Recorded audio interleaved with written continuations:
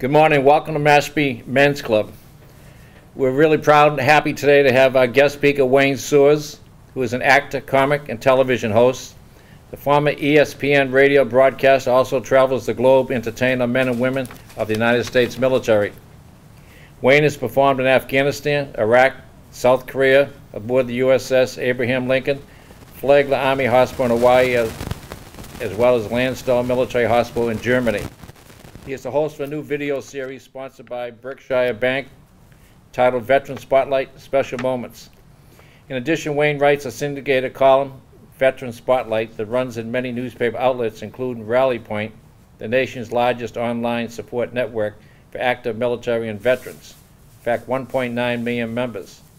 His last film, a mob comedy with Alec Baldwin, drew top reviews. Wayne recently won the second lead in off-Broadway mob comedy, The Sicilian Comedy, is slated to debut in New York City in early spring.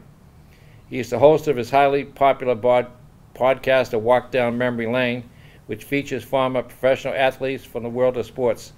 Wayne is the author of 4 books, and we're really glad to have you here this morning. Thank you, Wayne. Thank you. Thank you.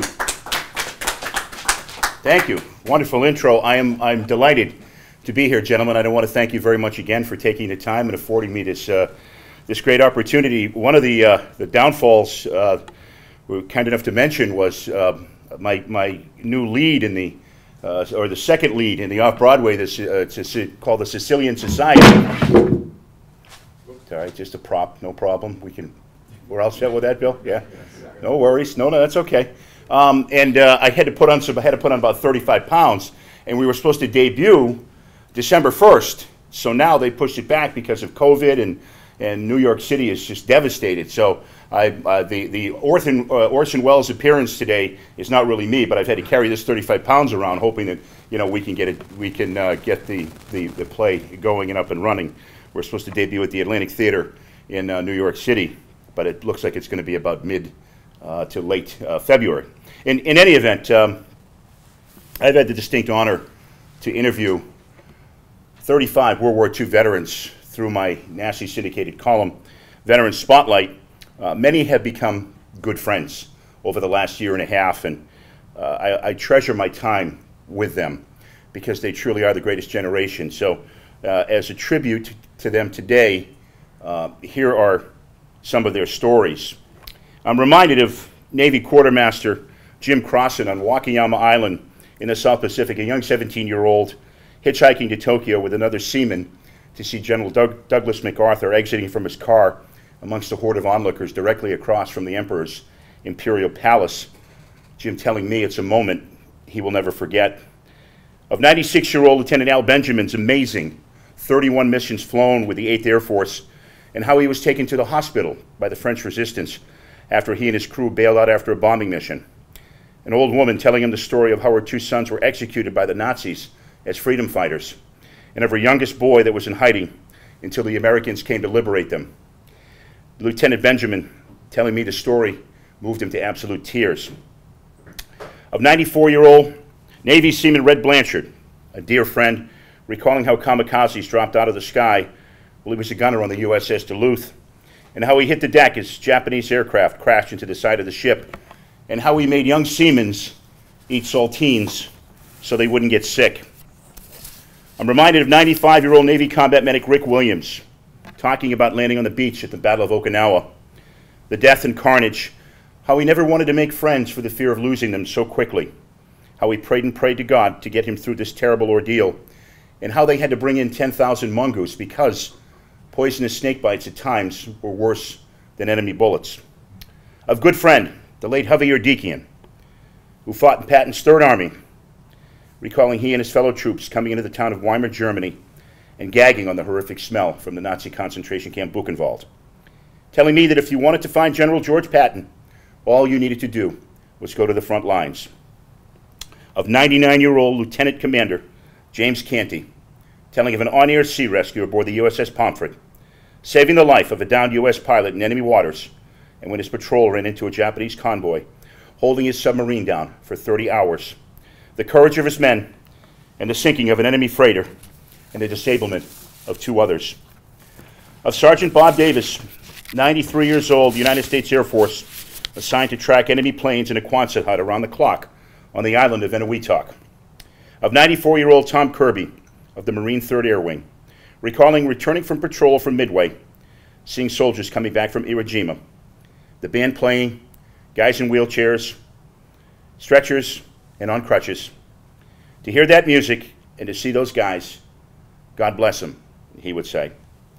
Of 98-year-old Navy Seaman Ed Mayer, who on duty in the South Pacific, said, "We were concerned on patrol, but not too worried. We knew our Air Force, our boys in the sky, always had our backs." I'm reminded of 96-year-old Navy Quartermaster Dick Sherman, who was amazingly involved in 5 invasions, recalling Okinawa. Always on the lookout, always on the controls. The relentless kamikaze attacks, hitting one of their ships 21 times. Then adding, "We did get them, though. Our ship knocked out 10 Japanese planes." I'm reminded of 95-year-old Seaman Elliot Sklar, involved in 4 major invasions, who told of there not being any chance to enjoy the holidays during the war, especially at Okinawa, where his ship was on duty 84 days in succession. Telling me that his ship lived by 3 words: sleep, eat, survive, and how much it disgusted him that African-American sailors that had earned medals and fought bravely had to sit in the back of a bus. Of 96-year-old Seaman Ron Woods of the British Royal Navy, who served in London's Home Guard as a 15-year-old with a 3-foot pipe and a bayonet strapped to the top that he used as his weapon. And how he talked with such sadness when he went to see British POWs, softly telling me they were really in bad shape. Of 96-year-old Airman George Wolfe of the Army Air Corps, who flew an amazing 47 missions in B-52s called the Liberator, the pain he experienced in losing a dear friend and having to tell the boys' parents their son was never coming back. I'm reminded of the late seaman, Navy Seaman Bob Nichols, good friend, one of the last surviving members of the USS Missouri, telling me of the constant pressure of kamikaze attacks on his ship, then telling me, without hesitation, that if he saw an enemy plane after the signing of the Japanese surrender, he would have taken him out without giving it a thought. Of 95-year-old Art Kelly, United States Marine Corps, who recalls coming into Buckner Bay and seeing just 3 ships, then awakening the next day to see over 3,000, and never forgetting the voice of the ship's chaplain on the intercom saying, "God is with us. The second bomb worked." And of saving the life of a young Filipino boy in the jungle who, had he been caught by the Japanese, would have been executed. Of 98-year-old Sergeant Russ Smith, United States Army, recalling the unbearable cold at the Battle of the Bulge, and of the horrific story of captured U.S. soldiers that were shot in cold blood by the German SS, and how he was always afraid, especially at night. Of 96-year-old Private Jim Buchanan, United States Army, remembering dragging his severely injured captain through the Ardennes forest under heavy enemy fire, and of saving the life of a fellow soldier whom he pulled seconds from being run over by a German Panzer tank. I'm reminded of 94-year-old Private Charlie Barton, 3rd Marine Division, recalling the invasion of Bougainville in the South Pacific, never being able to sleep, and the emotional pain of being at war during the holidays.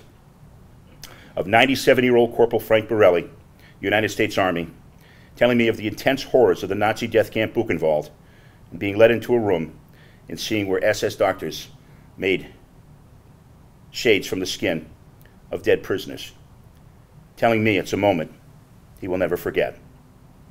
Of U.S. Army Sergeant Irv Talon, 95 years old, talking about coming into a crematorium in the Nazi concentration camp Gusen and seeing dead bodies ready to be burned, and his commanding officer stopping in his tracks and whispering, "My God in heaven." I'm reminded of 97-year-old Private Jim Duntner, United States Army, recalling a lonely Christmas Eve in Pierre, a small town outside of Luxembourg, being taken in by a French family who shared their food and sang Silent Night, telling me through tears 75 years later, the goddamn song never sounded so beautiful. Of 95-year-old U.S. Army Private Jerry Anacosta, injured at the Battle of the Bulge, awakening in the morning of December 24th, hearing nurses singing Christmas carols, watching doctors work on a young boy Christmas Eve who didn't make it, then asking the doctor if he could go sit with the boy in the empty morgue, telling me through sobs 70 years later, that he wanted the boy to have someone to be with on Christmas Eve.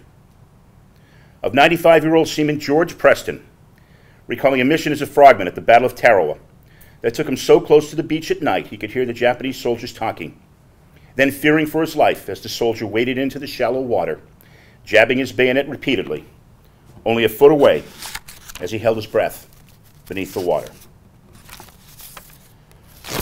I'm reminded of 98-year-old U.S. Army Corporal Chizo Masakani telling me of the evils of war at the Battle of Iwo Jima, and of an Army dentist pulling the teeth of dead Japanese soldiers to get their gold fillings. Telling me that if you ever wanted to get killed quickly, all you needed to do was get out of your foxhole at night. Of U.S. Army medic, the late Ralph Vaccaro, recalling the horrors of war at the Battle of the Bulge, when walking with his company on a frigid day and seeing a glove on the ground, bending down to pick it up, only to find a hand inside. Of 96-year-old United States Marine Corps Sergeant Artie Perini, talking about the Battle of Okinawa, being in combat 40 to 50 days in a row, simply running on adrenaline, never being able to sleep, and the sound of guys getting shot that only soldiers in combat would ever understand. Of U.S. Army nurse, the late Louise McNeil Davis, who told of never letting injured soldiers see her cry or get emotional, and the compassion and empathy she had for the young boys that she cared for. Of Red Cross volunteer Fiona Henry, coming into an Army hospital, hearing the blood-curdling screams of a soldier that had been severely wounded, telling me at 97 years of age, the memory still sends shivers up her spine. Of 99-year-old Navy Seaman Vic Kester, who told of being on guard on his ship the night before the invasion of Sicily, seeing General Patton smoking a cigar in the moonlight, then barking, "Get some rest, soldier. We attack those son of a bitches in the morning." Of the late Hazel Jacobs of the United States Army Corps, who grew up in dirt poor Louisiana and rose to the ranks to work at classified positions at the Pentagon, decoding top secret messages throughout the war, and her unit that walked behind the casket of President Franklin Roosevelt. Of 94-year-old Jim Semthy, United States Marine Corps, recalling the Battle of Saipan, the smell of death and burned flesh, and smashing a man in the forehead with the butt of his rifle, who shoved aside a woman and her 2 children in the food line. Of 94-year-old Rico Giardina, United States Army, recalling his first experience in seeing a German concentration camp, telling me with sadness and disgust how some soldiers try to make money off pictures of dead bodies in the ovens and of bodies piled high throughout the camp. Of 94-year-old Seaman Dave Rugg, United States Navy, talking about his first combat experience as an 18-year-old, and of a kamikaze pilot dropping out of the sky and crashing into the bridge of his ship while he was below in the engine room. The terrible uncertainty of not knowing if the crew would have to abandon ship or if the seams of the ship would open up. Of 94-year-old Pete White, United States Navy, telling of a ship being at sea during a terrible storm and having to go on deck to get some fresh air, then sliding off to the side of the ship that had no railing, coming seconds from going overboard until the ship tilted back to the opposite side, allowing him to regain his balance. Shaking him so much he had to sit by himself afterwards to regain his composure, telling me it's a moment he will never forget. And finally, of 98-year-old Lieutenant Mark Jaffe, United States Marine Corps, a Bronze Star recipient whose quick-thinking action saved a fellow Marine's life after he was shot in the neck and blood flowed from him, telling me with pride as he spoke of his closeness of his unit, then recalling the first wave at the Battle of Peleliu and how 26 members of his platoon were killed or wounded, and of diving away seconds from being run over by a tank. These are the stories that I have been so privileged and so honored to hear and to be able to write about, so that no one, absolutely no one, will ever forget our greatest generation, what our World War II veterans have done for us. God bless you, and God bless the United States of America. Thank you.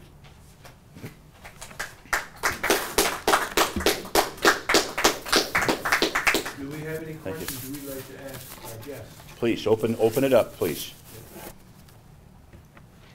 Yes, sir. Hey, you still looking for World War II veterans to interview? Still am, yes. And if you know of anyone, I'll give you my card before I leave, and would love to.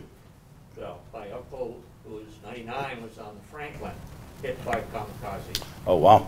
And he was below decks. He lives here in Osterville, and had a Silver Star for his work Oh, in getting the men out. God bless you. What's your uncle's name? Holbrook Davis. Olbricht. Olbriccht? Holbrook. Oh, Olbrook. Okay. Davis. Okay, I thought I knew the name, but please, I'll give you my contact information. One of the things I find with World War II veterans, just pretty much with, especially Vietnam veterans, everybody is we don't want to talk about it. But these interviews that I do, 2, 3, 4, sometimes some of the Vietnam guys, 6, 7 hours. And I think that once they read some of my material that I've written about, they know I'm not the National Enquirer. And I think it helps me because I perform for our troops, I perform for our veterans before the COVID hit. I did a lot of soldiers' homes and a lot of VA hospitals. And I'll tell you, gentlemen, it's the greatest audience on the face of the earth. Our active military men and women, they're welcoming.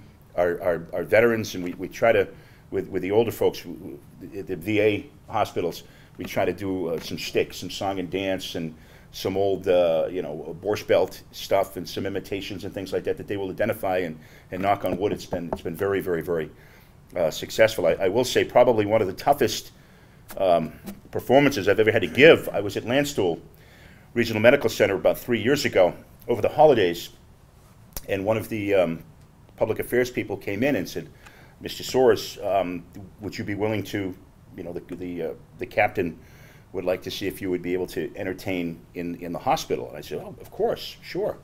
And he said, "Well, it's men and women that have come back from the Middle East that have lost a limb within 72 hours. So that to be able to go in there and bring some laughter and tell some jokes was an honor, but it was very, very, very difficult."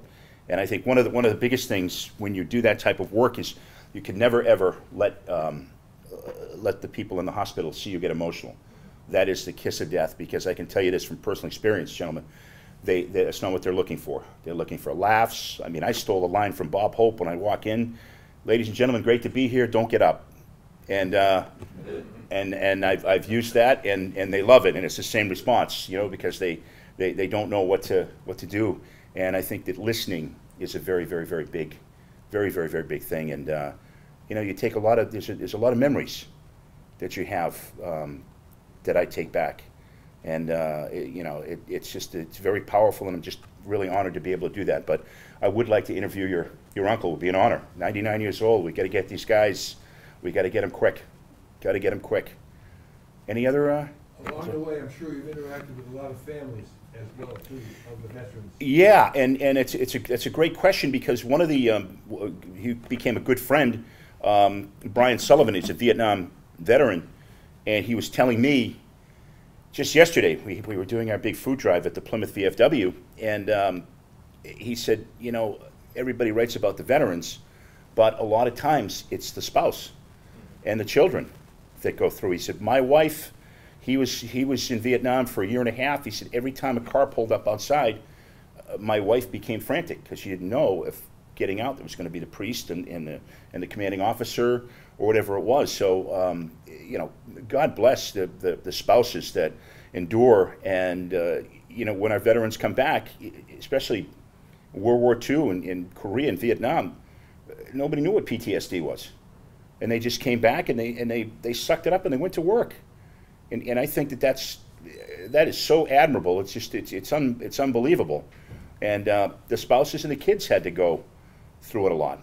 So I can really relate to your stories about World War II and the Battle of the Bulge. I had an uncle who was wounded. He was on Patton's army there. He was wounded, shot in the back, and was a paraplegic for the rest of his life. Wow. And I saw the first one, the impact on his family, ultimately divorce, and a lot of sadness. A lot of sadness, because there was just so much. I think a lot of guys kept this inside. I mean, I told the two stories of Jerry and Acosta. you know, he kept that story inside for 75 years, and then just finally, at 90-some years of age, was just able to let it out. And I think a very good friend, who's become a good friend and a great supporter of mine, General Gordon Sullivan, former Army Chief of Staff, and he's a 4-star general. And he spoke at my golf tournament last year to raise money for homeless and disabled veterans. And he made a great point. He said, you know, just don't thank somebody for their service when you see a veteran that has the hat on, whatever. Try to engage them. You know, a lot of times, you know, they're not going to be very talkative, but, you know, make them feel appreciative of the work that they've done, you know, so we can be here, so we can go out and we can spend our holidays with our family. Sir, you had a question? Yes. As you've interviewed the greatest generation, the survivors there, when Vietnam, when the veterans came home, there was resentment. And, you know, that was a psychological wound, as severe as some of the other wounds physically. Sure. With this distance now, since Vietnam is over, have you seen some of that resentment wane away? Yes, I have. It's a great question. Yeah, it really has, and I think that people now are realizing, and some of the stories are just, I mean, they're astonishing that I've been able to hear, and it was, for instance, I won't mention the gentleman's name, but he was a tunnel rat, probably one of the worst jobs to have during the Vietnam War, and he told absolutely horrifying stories. How he was able to make it through with the missions that he was ordered to complete is mind-boggling. And to not only go through what he did, but to come home and not have anything, have resentment. A gentleman that I know was in Vietnam and was a Purple Heart winner.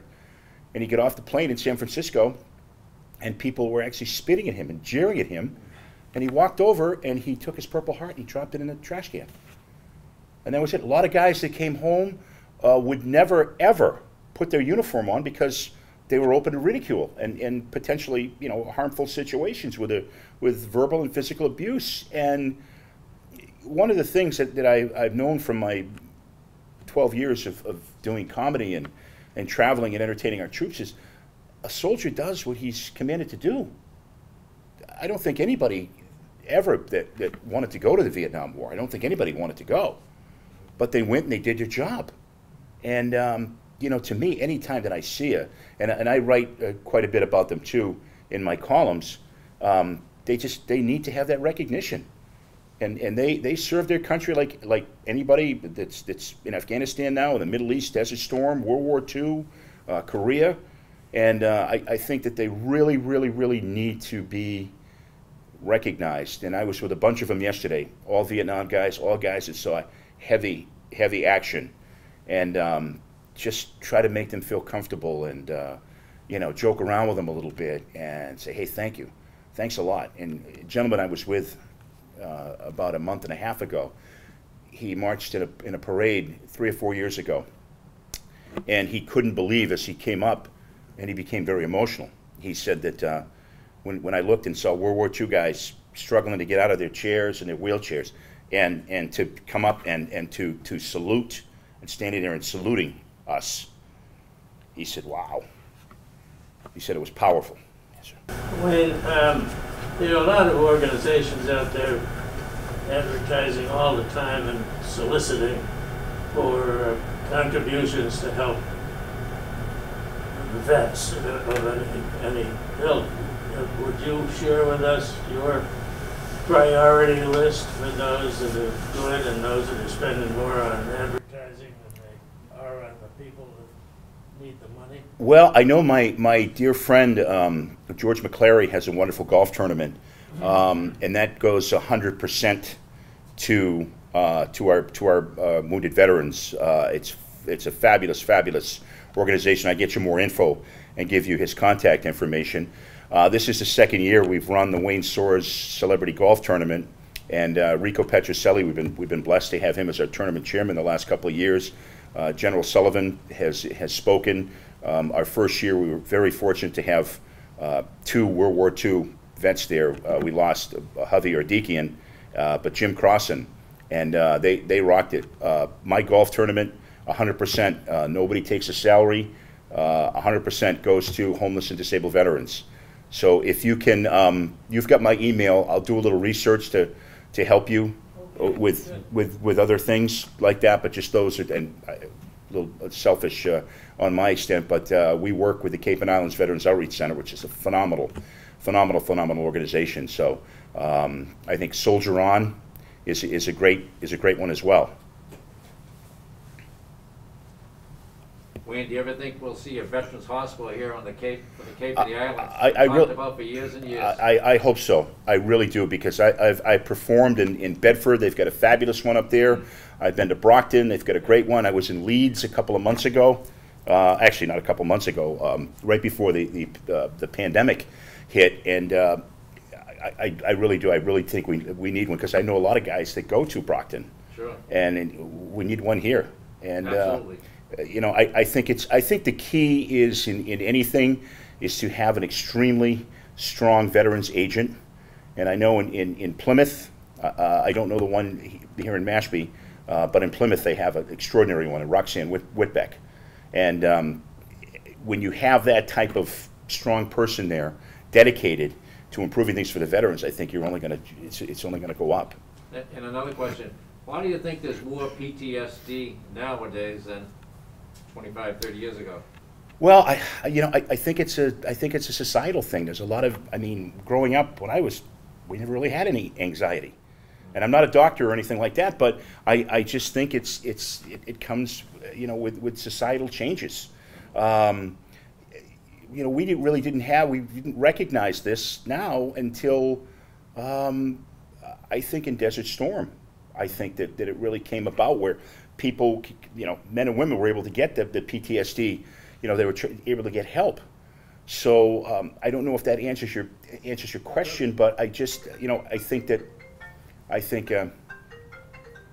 and folks, the reminder, as I said before when we started this, could you please keep your phones on silent? No, I'm only kidding. Only kidding. Yes. Well, PTSD, was that really battle fatigue during? Yeah, it was battle fatigue. Yeah, and you know, I don't think it helped that you had, if you were in General Patton's command, battle fatigue, as we all know from the great story with him slapping the soldier.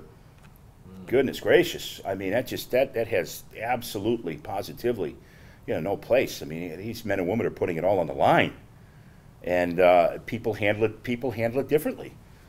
Some guys aren't going to let it get to them, but those are the guys that, you know, 20 years afterwards that are, you know, I hate to say it, but those are the guys that are, you know, turn into alcoholics. Those are the guys that have a tremendous amount of anger.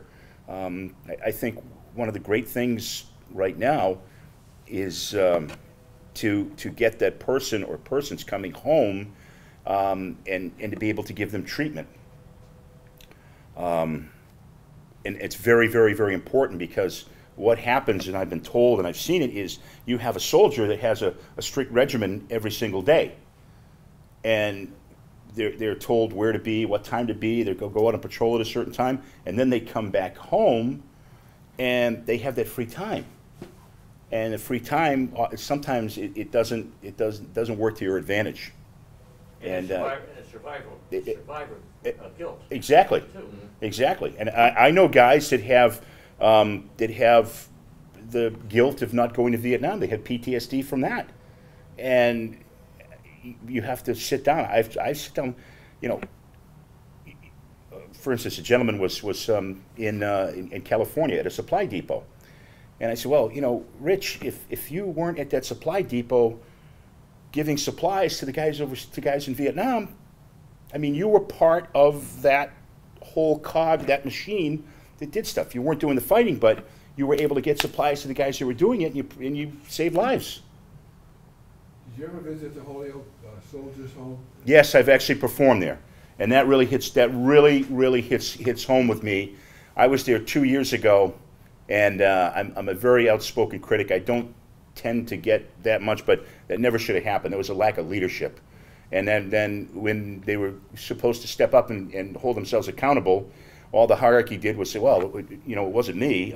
You know, we didn't do anything wrong. We tried to take the necessary steps. They didn't. What they did is they put a Band-Aid on a very, very big open wound, and it ended up with, you know, with people dying needlessly that could have had 2, 3, 4, 10 years. You never know on their lives. You mentioned Elliot Sklar. He used to live here in Southport. He's a very good bridge player. Yes, he is. Yes, yes. And what I find out too is because he's at a facility in Falmouth, yeah, and he's become a really, really, really good friend. But he's a good friend of mine's mom is in the same facility, and he is quite the, what I want to say, debutante. I mean, he made a ton of money in selling women's clothing over the course of the years.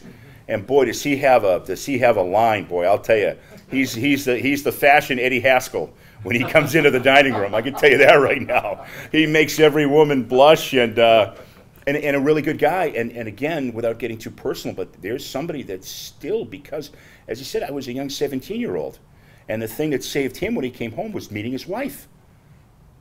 And he said, she saved me. But what we don't see, the people that come home that have seen that severe combat, you know, we don't see the sleepless nights. We don't see them waking up with sweat. We don't see the anger. We don't see any of that stuff. And sitting with him, he was one of my first interviews, along with Dick Sherman. And both have become very, very, very, very, very good friends. But you look back, and I think Dick was 20 and Elliot was 17. And to be on combat 84 days in succession, and you know, the only time you got off your gun was to, you know, go to the bathroom, and that was it. You ate right at your post, and you slept, and it's amazing what these folks went through. It really, really, really is. Is you any sense that we've really made some headway in helping guys get the help, the support necessary Yes. in dealing with their PTSD and stuff like that, so that we're not having as many at least fall through the cracks and end up with, you know, homelessness and things like that? Yes, I think there's some great organizations right now to provide counseling, to listen to a person.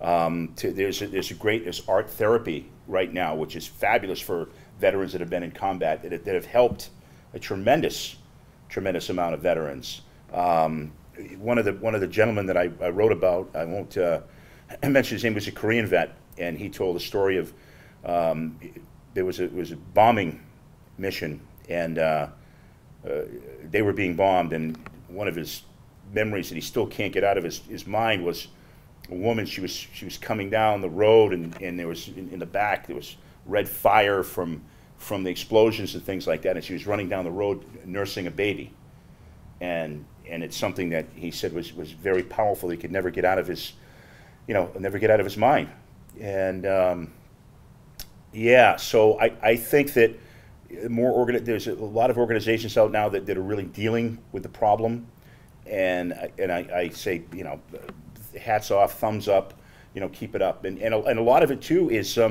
they have a tremendous amount, not only the psychological, but also, you know, the physical, to be able to get out and do different activities that are going to help. And there's activities too for our disabled vets as well, people that have lost limbs and stuff like that. And they were really shunned back in the Vietnam era. You know, if you lost a limb or something like that, you were considered useless, and nobody spent any time with you, which is ludicrous. Absolutely ludicrous. These people are part of our society, and boy, I'll tell you, anybody, I do it all the time, that I see that's a disabled veteran, I walk up, whether it's in line, buy him a coffee or buy him breakfast or whatever, because you're losing that arm or your leg or whatever it is that you did. You're doing it for me. You did it for me. And so it's powerful. It really is. But I applaud all those organizations that offer that to our veterans. And I'm a firm believer, gentlemen, we should not have, and I'm on a mission, we should not have homeless vets in this country. We should absolutely, positively not have homeless veterans. People that have gone out and laid it all on the line, I did a golf tournament earlier last year, before COVID, and it was in a private. It was a private club out in Central Mass. And one of the guys, it was he played in this tournament. He was deployed 4 times, and he was having a good time. And he, a little too much to drink, and he started to get drop the F-bomb here and there. And the lady at the club was looking over, and I got up and I said, hey, just to let you know, guys, he's been deployed 4 times. He's letting off a little steam here. I'll watch the language and stuff. And she said, well, doesn't he realize this is a private club? And I said, well, ma'am, you're at this private club. This gentleman has been deployed 4 times. You're able to be at this club and sit here and drink at your Cosmopolitan with your husband because he's over in Afghanistan right now with 60 pounds of equipment on his back in 110-degree heat, protecting us, doing so you can be here. Sometimes people just don't get it. They just don't get it at all. So, yeah. Can I follow up on something that Bob said? I came back from Korea in 1967. Thank you for your service. And as a lieutenant, and I remember arriving in Seattle, Tacoma. And the treatment we got was very poor. Mm-hmm. My family lived in Canada at the time, so I took a plane to Canada. From there, when I got to Canada, waiting in line to go through immigration, an immigration officer came up to me and took me by the arm. He said, Lieutenant, I'm going to take you up in front of the line. It's good to see an American in uniform in Canada. Wow. So I got royal treatment in Canada. It was different. Yeah, totally different. Totally. They got it in Canada. They did. They didn't get it here. But it was a sad time. Yeah, I'm sure it was. I'm sure it was. Thank you for sharing that. Thank you. I think one of the sort of following that thought, good friend that I knew, he was in Da Nang. For most of the year he was gone as a lieutenant. You didn't know where he was. It wasn't privileged, it was privileged information. Right. And I remember the end of his tour came, and in less than 24 hours, he had gone from Da Nang to the West Coast to Bryn Mawr, Pennsylvania. Standing there in less than 24 hours. Wow. And I think maybe the greatest generation, it took them longer to get back home. But, I mean, it screwed him up unbelievably. There's a great, I interviewed a gentleman and he had a plaque on his wall, and it was from Da Nang, and they made it kind of a little bit of a monument. It goes, I cannot think of them as dead who walk with me no more. I cannot think of them as dead who walked with me before. I merely think of them, I cannot think of them as dead who walk with me no more. Among the path of life I tread, they have but gone before. And it's a beautiful, almost it brought me to tears. It's just so nice. So, gentlemen, I've thoroughly enjoyed this. I hope you've enjoyed it as much as I have. Thank you so much. Any other questions? If we missed them today, thank you. If I missed them today, please contact me via email, whatever, and we can go from there. So.